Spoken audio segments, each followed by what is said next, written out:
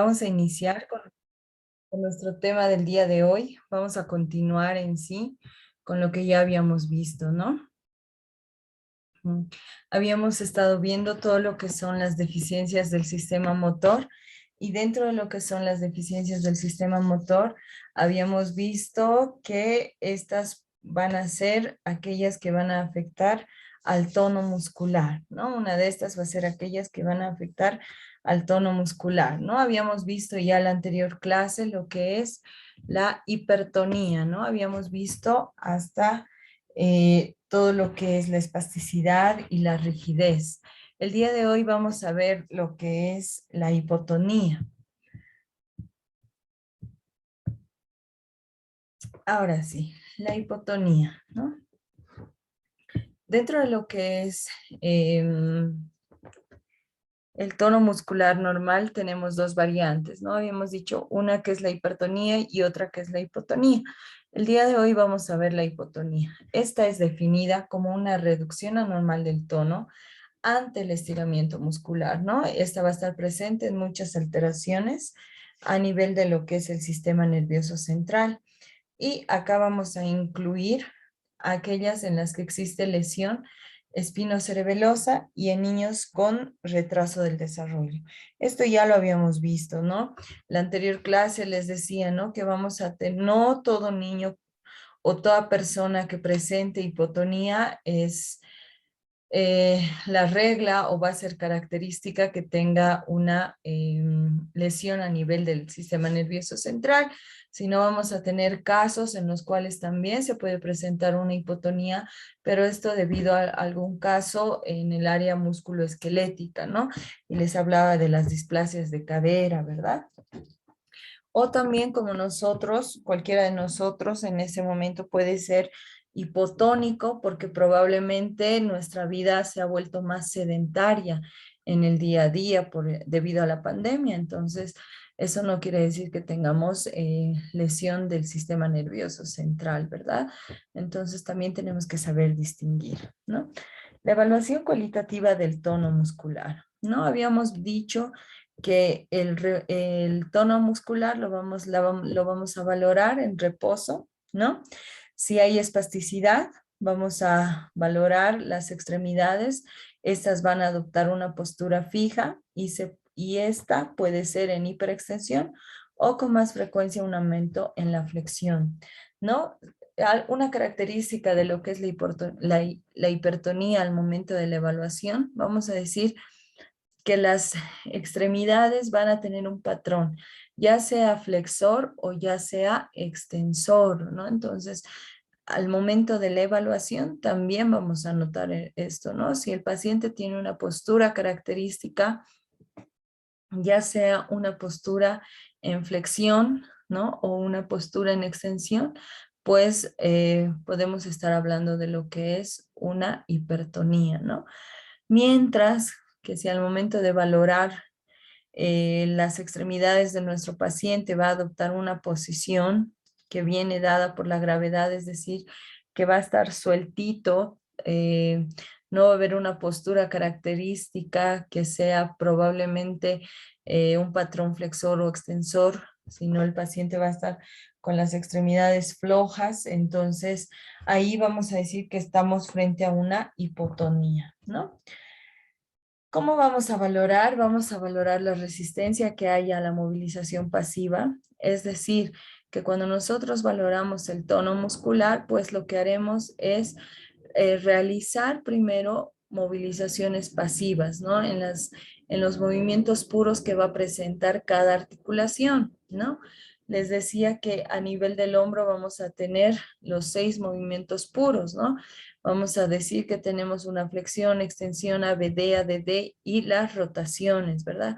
Entonces, en estos movimientos es que yo puedo valorar a mi paciente el tono muscular. Obviamente, si mi paciente va a estar en un grado de una hipertonía del tipo de espasticidad, ¿no? Tendrá probablemente un patrón flexor y cuando yo quiera llevar a lo que es la extensión, se me va a despertar el conocido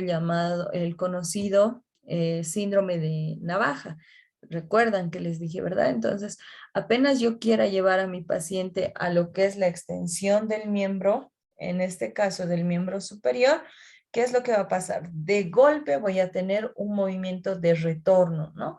Lo cual no va a ayudar o no va a colaborar en mi evaluación. Por ende, ahí es donde recién yo puedo aseverar que tengo un paciente con una hipertonía en un grado de espasticidad. Entonces acá ya he valorado el tono y diré que está espástico o hipertónico en un grado de espasticidad. Entonces, ¿qué escala valoraré? Porque he dicho que hay una espasticidad. Entonces, valoraré la escala de Ashworth, ¿verdad? ¿Por qué? Porque la escala de Ashworth valora lo que es la hipertonía en un grado de espasticidad, ¿no? Entonces, si se dan de cuenta, desde ya mi valoración, desde la más básica que es los movimientos o la movilización pasiva, mi paciente no pudo realizarla o yo no he podido realizarla como terapeuta. ¿Por qué? Porque he tenido dificultad al movimiento y en mi valoración, de acuerdo al conocimiento, he determinado que tiene una espasticidad. Por ende, ¿no? Ya tengo en la valoración del tono, ya sé que es hipertónico, ¿no?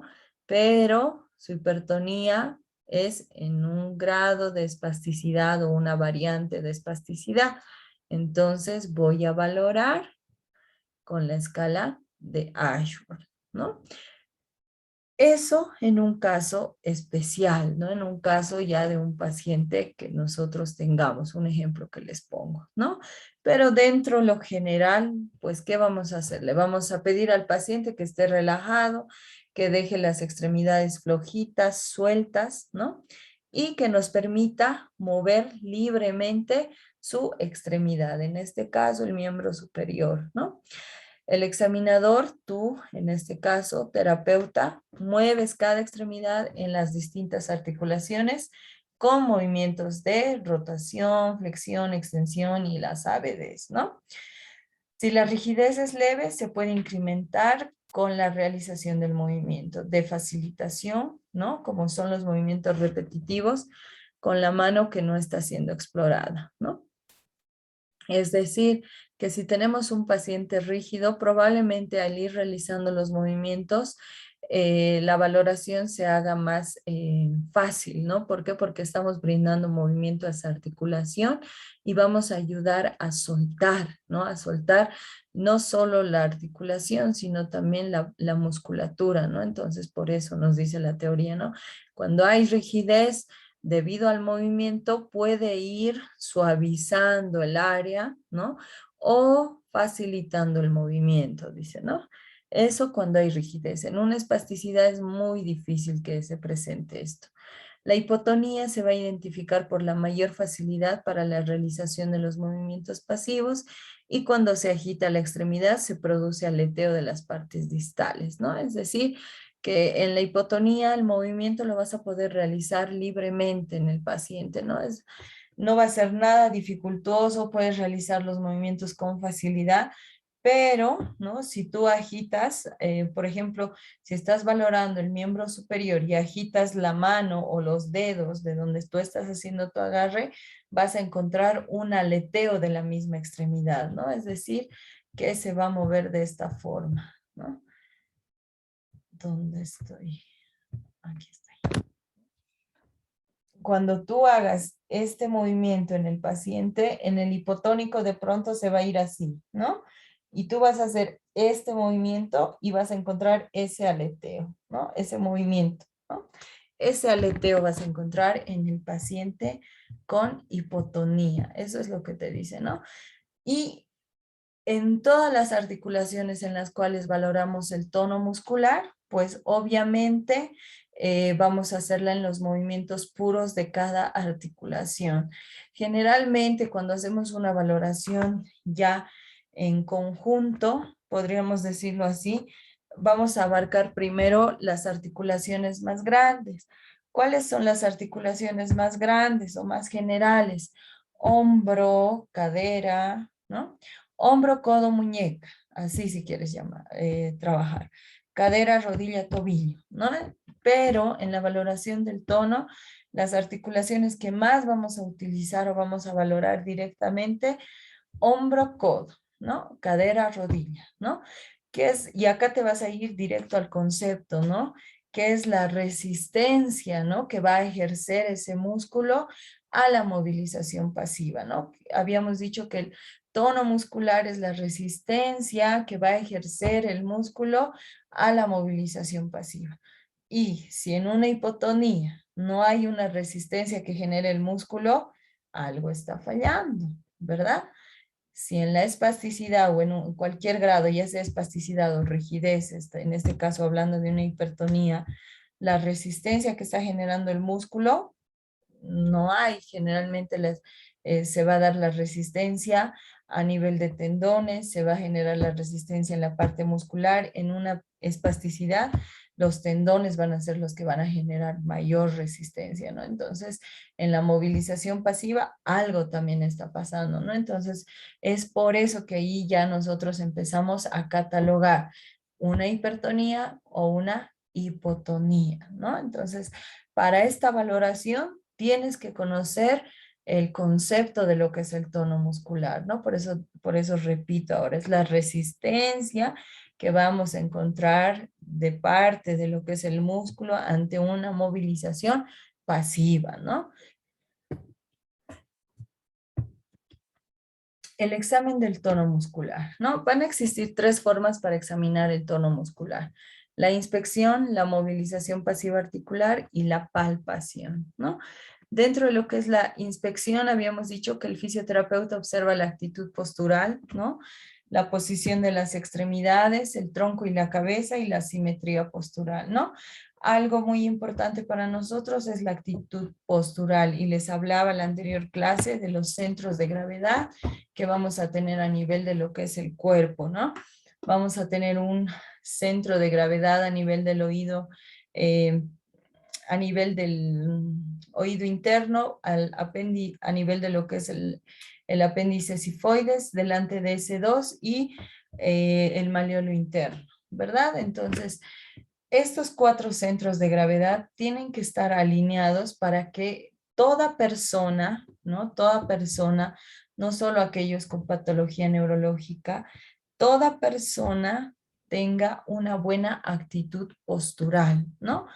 La posición de las extremidades, el tronco y la cabeza también es importante, y acá ingresa el tema de lo que son las posturas o los diferentes patrones, ¿no? Por ejemplo, las posturas de decorticación o la postura de descerebración te van a causar diferente posición, ya sea a nivel de extremidades y la cabeza, ¿verdad? Entonces, a ti esto te va a hacer denotar la lesión a nivel de qué estructura se ha dado, ¿no? Entonces, habíamos dicho que la postura de decorticación, la lesión va a ser a nivel de lo que es la corteza cerebral, mientras de que la postura de descerebración, la lesión va a estar a nivel de lo que es el tallo cerebral, ¿verdad? Entonces, lo que nosotros tenemos que ir es al momento de la inspección, de pronto ya de notar cómo está la actitud postural, dependiendo si está con una postura específica de rigidez o si está con un patrón flexor, extensor, o si está totalmente,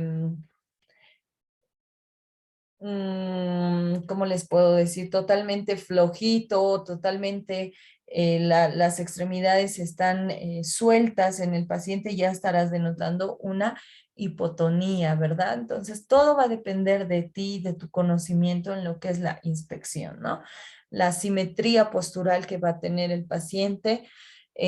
Cuando les hablaba de lo que es la hipertonía, también les mostraba una foto de una paciente, su simetría postural daba mucho que decir, ¿no? Es decir, todas las articulaciones a nivel de esa paciente estaban totalmente asimétricas en relación a la postura correcta que debería tener, ¿no? Entonces tú tienes que ir valorando esto. Y bueno, acá, ¿no? Siempre te vas a poner por detrás del paciente para verificar lo que es la alineación de la postura y la alineación de la misma, ¿no? Puedes ver por una vista por delante o anterior y una vista por detrás o posterior, ¿no? Acá ya puedes ir denotando qué alteraciones puede tener tu paciente, cuáles son los desniveles que tiene a nivel de si son las extremidades superiores, si son las extremidades inferiores, por qué tiene un ángulo de tales más prominente que el otro, por qué habrá una asimetría de hombros. No muchas veces puede darse simplemente a un tema del tono muscular, ¿no? O puede darse a un tema de la actitud postural como tal o realmente puede haber una enfermedad neurológica, ¿no? Entonces, todo va a depender de qué es lo que tú estás sospechando dentro del diagnóstico que ya estás emitiendo, ¿no? También debemos observar la presencia de hipotonía o hipertonía, ¿no? Esto es clave para nosotros acá, ¿no? Cuando se observan deficiencias neurológicas, existen patrones sinérgicos, ¿no? Cuando se afecta la vía piramidal u otros centros inhibidores del tono, la hipertonía expresada en espasticidad se evidencia con patrones anormales, ¿no? Generalmente en flexión de miembros superiores, comprometido y extensión de miembros inferiores. En este caso se deben registrar las asimetrías posturales y las posturas sinérgicas anormales que se observan en reposo y en movimiento, ¿no? Es decir, que cuando haya hipotonía o hipertonía vamos a tener ciertas características en el paciente, ¿no? Características que ya hemos ido detallando, ¿no? Todo va a depender del conocimiento que tú tengas, ¿no? De cómo ahora estés aprendiendo a diferenciar. Si bien yo te voy diciendo, probablemente la cosa sea viendo, ¿no? Y lo vamos a ir viendo en lo que es la práctica, ¿no? Que acabando estos parciales ya tenemos, yo creo, las clases semipresenciales y es ahí donde ya sí o sí vamos a hacer la práctica y les voy a ir enseñando, ¿no? La parte de la valoración, pero no es nada difícil, ¿no? Nada de lo que no les estoy hablando, vamos a ver. Todo lo que les estoy hablando lo vamos a ver en nosotros mismos, ¿ya? Es importante que nosotros podamos registrar las asimetrías posturales, ¿no? Si bien nosotros vamos a ir de forma más específica a la valoración, es bueno también tener los dibujitos en la historia neuroquinésica, ¿no? Así como manejan el test de McCaffery, maneja sus dos monigotes, entonces también podríamos manejar lo que son los monigotes e ir señalando, ¿no? A qué nivel nosotros estamos denotando la hipotonía o la hipertonía, o probablemente simplemente hacer un dibujo similar a la postura que está presentando el paciente y resaltar con una X o con otro color donde hemos denotado mayor aumento del tono o disminución del tono, ¿no? Es importante para nosotros realizar esto. La movilización pasiva articular, el paciente tiene que estar relajado y nosotros terapeutas soportamos y movemos el segmento o la extremidad, ¿no? Esto en diferentes direcciones y velocidades, ¿no? Todo va a depender del patrón que tenga nuestro paciente, ¿no? Si es hipotónico o es hipertónico. Si es hipotónico, vas a poder movilizarlo hasta más no poder, ¿no? Es decir, vas a poder movilizarlo en los tres planos, ¿no? Pero si es hipertónico, te va a ser muy difícil, ¿no? Entonces, todo va a depender también del patrón que esté presentando el paciente, ¿no? En alguien normal, por ejemplo, nosotros, cuando hagamos nuestra valoración en nosotros mismos, obviamente podemos hacer el movimiento de forma voluntaria o brindar cierta resistencia de forma voluntaria para simular una hipertonía, ¿no? Pero lo vamos a poder lograr. Pero en el paciente ya con patología neurológica es muy, muy distinto. Es más difícil si es un hipertónico, ¿no? Debemos prestar mayor atención a los problemas detectados en la inspección u observación. ¿Esto qué quiere decir, no? Si en la inspección o en la observación tú ya has determinado algo, no sé, un patrón flexor a nivel de lo que es el miembro superior en la articulación del codo, también un patrón flexor en la articulación de la muñeca y los dedos. Entonces, tú ya has detectado eso en tu inspección, en tu observación. Entonces, cuando haces la movilización pasiva articular, le vas a dar más importancia a la articulación de codo, a la articulación de muñeca y dedos, porque ya has denotado un problema, ¿no? No vas a ir otra vuelta, vas a valorar todo, vas a ir a lo que ya has ido detectando y le vas a brindar mayor importancia, ¿no? Se inicia el examen en supino, la cabeza en línea media para controlar la interacción de los reflejos tónicos, cervicales simétricos, asimétricos y laberínticos, ¿no? Es decir, que toda valoración que hagamos con el paciente la vamos a iniciar de cúbito dorsal, ¿no? Siempre con la cabeza en línea media, y lo que vamos a observar es que no haya la presencia de ciertos reflejos tónicos, ¿no? Así como en los niños, en los neonatos, vamos a encontrar la presencia de reflejos tónicos. En el paciente ya con patología neurológica instaurada, podemos encontrar estos reflejos tónicos, ¿no? Entonces, también tenemos que estar atentos a ello, ¿no? Vamos a realizar el examen en dirección cefalocaudal y próximo distal.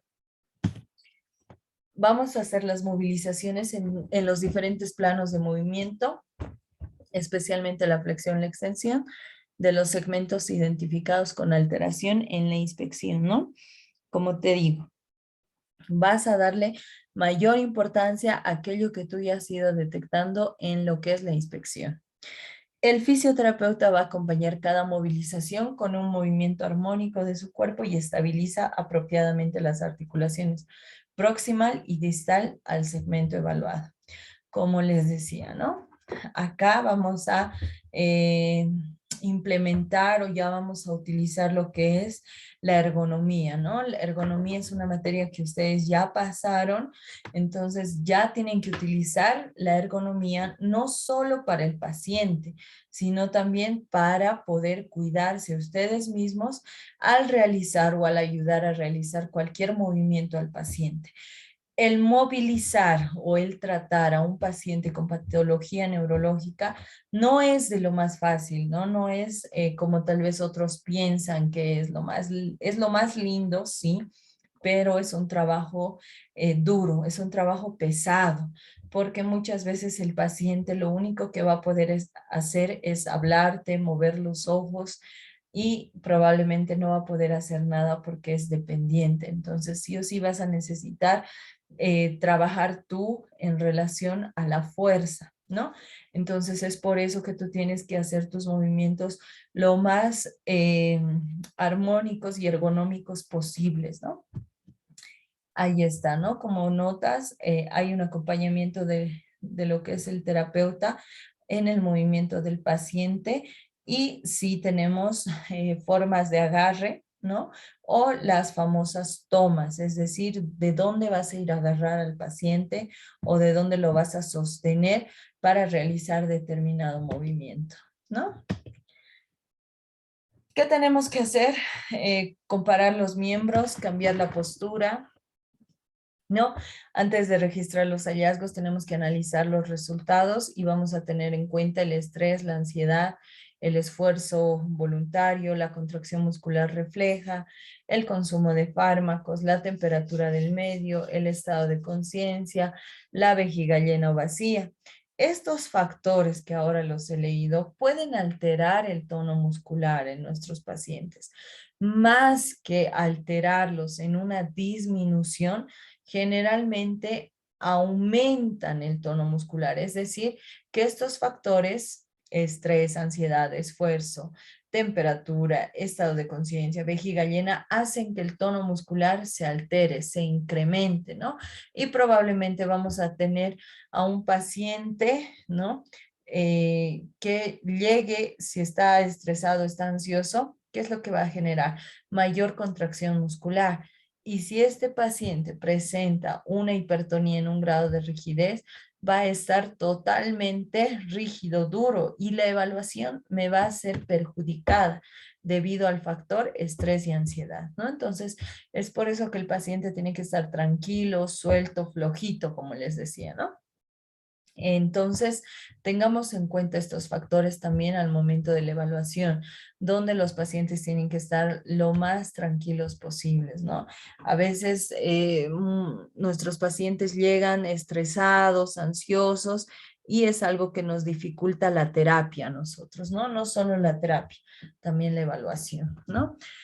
Condiciones como estas interfieren con el tono muscular normal y el estado general del usuario, ¿no? Es importante, ¿no? Una extremidad hipertónica se siente pesada, rígida, dura y genera resistencia al movimiento, ¿no?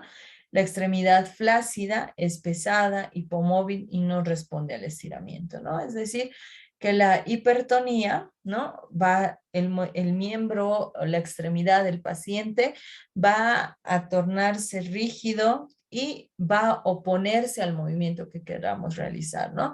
Tanto en una espasticidad como una rigidez, vamos a encontrar resistencia al movimiento, a la movilización, ¿no? Y la extremidad va a ser pesada, ¿no?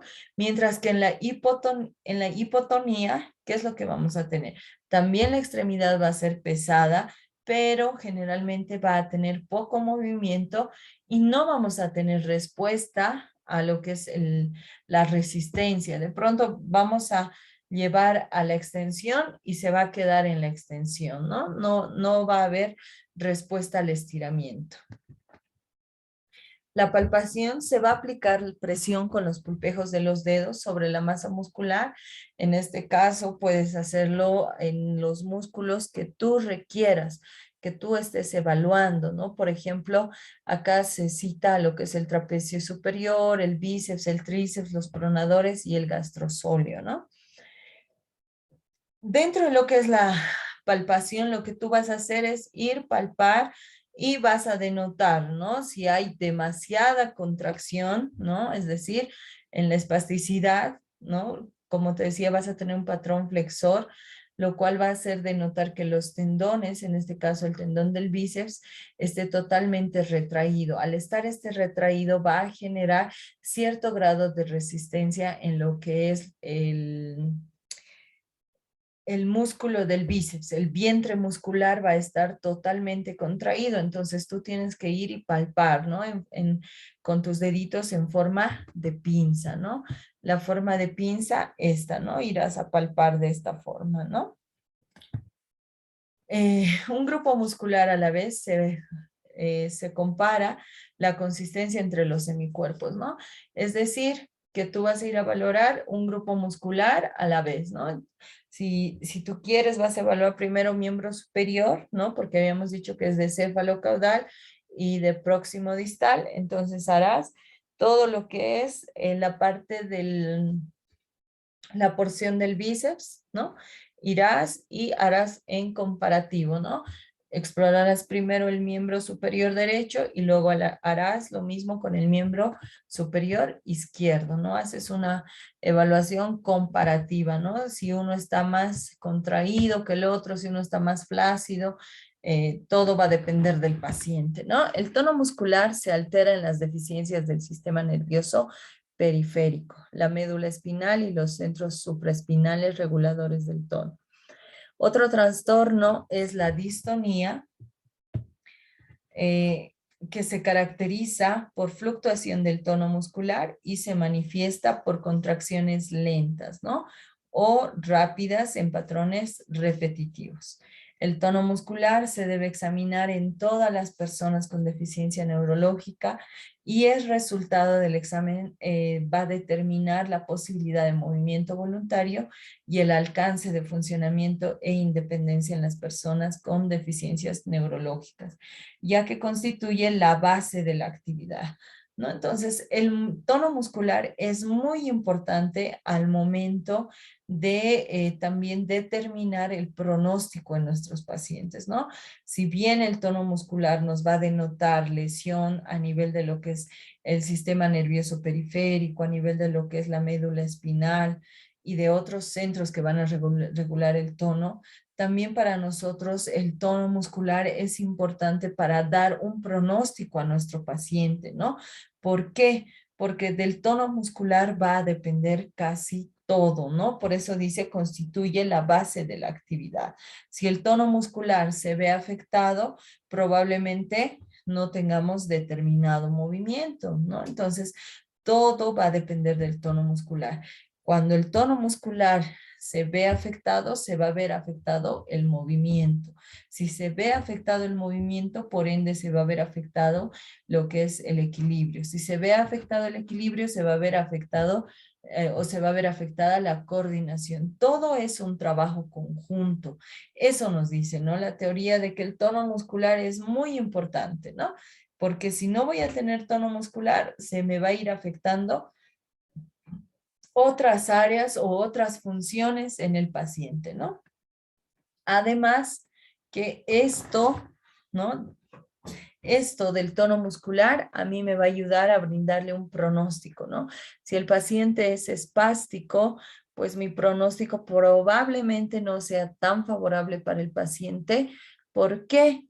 Porque una espasticidad pues es difícil de tratarla, ¿no? Hoy en día se la trata o la tratamos con lo que es la toxina botulínica, pero esto nos va a ir durando alrededor de 3 meses, no más. Entonces, es también complicado este tema de ir tratando lo que es el tono muscular, ¿no? La evaluación cuantitativa del tono muscular. Vamos a tener la escala de Ashworth que habíamos visto. Esta es la escala de Ashworth modificada, ¿ya? La cual nos va a ayudar a valorar en 5 grados, ¿no? Vamos a tener un 0 que es normal, 1 hipertonía leve, 2 hipertonía moderada, 3 hipertonía intensa y 4 hipertonía extrema. Esta escala de Ashworth nos valora solamente espasticidad, ¿no? Ojo, espasticidad. Muchos se confunden y piensan que valora el tono muscular como tal, ¿no? En su conjunto, pero habíamos dicho que el tono muscular tiene sus variantes, la hipertonía y la hipotonía. Y dentro de la hipertonía tenemos la espasticidad y la rigidez. Y la escala de Ashworth nos va a ayudar a valorar lo que es la hipertonía en un grado de espasticidad, ¿ya?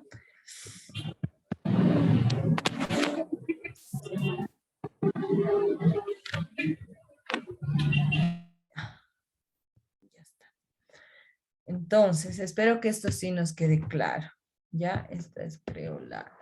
Aquí está, ya. Esta es la escala de Ashworth, la antigua, queridos chicos, ¿no? Me rectifico. Esta es la antigua y esta es la escala de Ashworth modificada. ¿Cuál es la diferencia? Porque acá les pongo las dos. La escala de Ashworth antiguamente tenía una validación de 5 grados, ¿no? Del 0 al 4, pero en la nueva, en la modificada, se aumenta lo que es un patrón, ¿no? Un grado de calificación que es el 1 más, ¿no? Esa es la diferencia, ¿ya? La diferencia del 1 más y nos da un punto más para poder valorar a nuestro paciente, ¿no? Vamos a realizar lo que es la escala de Ashworth, ya como última tarea del primer parcial. También tenemos la escala del tono aductor de las caderas, ¿no? Esta sí nos va a ayudar a valorar lo que es en su conjunto, tal vez al tono muscular, pero esto ya no es tanto o no lo utilizamos tanto en los pacientes con patología neurológica, ¿ya?